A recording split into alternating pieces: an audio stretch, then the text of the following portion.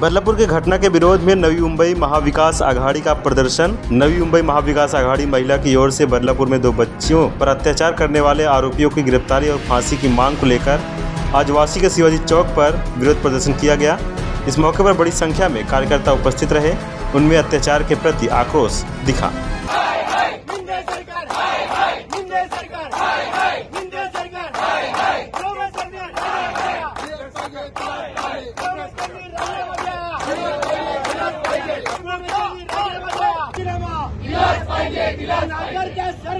आपल्याला सर्वांना माहिती आहे की महाराष्ट्रामध्ये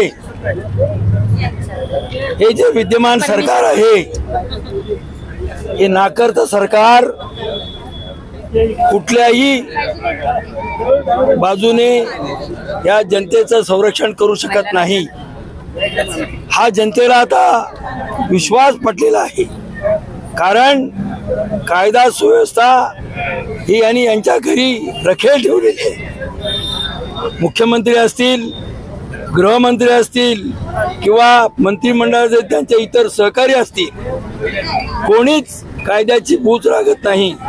वास्तविक पाहता हा पुरोगामी महाराष्ट्र, या महाराष्ट्रामध्ये एक संस्कृती जपण्याचं काम आजपर्यंत सर्व मुख्यमंत्र्यांनी केलं, सर्व सरकारने केलं।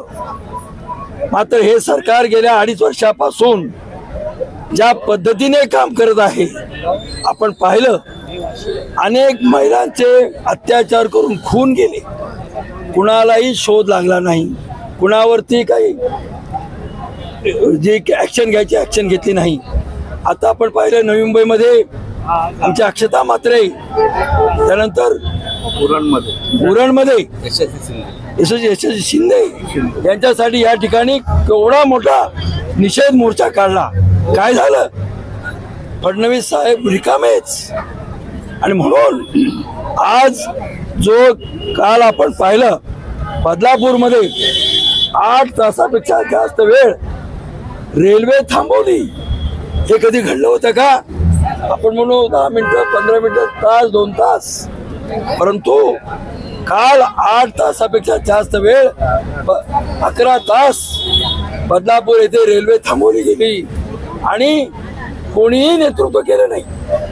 उत्स्फूर्तपणे जनता बाहेर पडली। याचा दुसरा अर्थ समजून घ्या की हे सरकार काही करू शकत नाही, हा विश्वास जनतेला पटलेला आहे।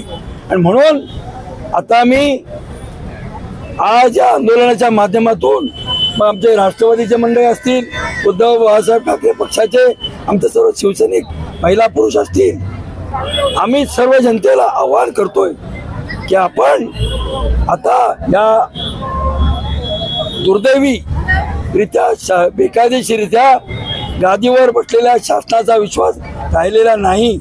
म्हणून आपण जनतेने यापुढे येऊन आपण स्वतः कायदा सुव्यवस्था राखली पाहिजे, हे माझं जनतेला आव्हान आहे। कारण आता यांच्यावरती आपला विश्वास राहिलेला नाही। मुख्यमंत्री लाडकी बहीण, काय झालं? मुख्यमंत्री लाडकी बहिणीची मुलगी तिच्यावर अत्याचार होतोय आणि साधा गृहमंत्री त्या ठिकाणी जनतेला जाऊन भेट देत नाही। दुर्दैवाची गोष्ट आहे। महाराष्ट्रामध्ये असं कधी घडलं का? नाही घडलं। म्हणून आपल्याला सर्वांना या ठिकाणी जनतेला आव्हान आहे की आता कोणाची वाट बघू नका। आज सर्वात महत्वाची गोष्ट की पोलिसांनी आज आम्हाला सर्व राजकीय पक्षाला या ठिकाणी नोटीस बजावले। पोलिसांचं चूक नाही, परंतु या राज्यामध्ये माझं 73 वर्ष वय आहे। 73 वर्षामध्ये मी 50 वर्षापेक्षा जास्त या समाज कामामध्ये, राजकीय कामामध्ये आहे। पहिल्यांदा नोटीस मिळाली मला माझ्या नावाने। याचा अर्थ कायदा सुव्यवस्थेचा प्रश्न संपलेला आहे। हे जे सरकार आहे हे संपलेलं आहे। म्हणून आता आपण स्वतः तयारी लागूया, एवढं सांगतो। हा आजचा निषेध हा जनतेच्या उत्स्फूर्त भावनेतून आहे।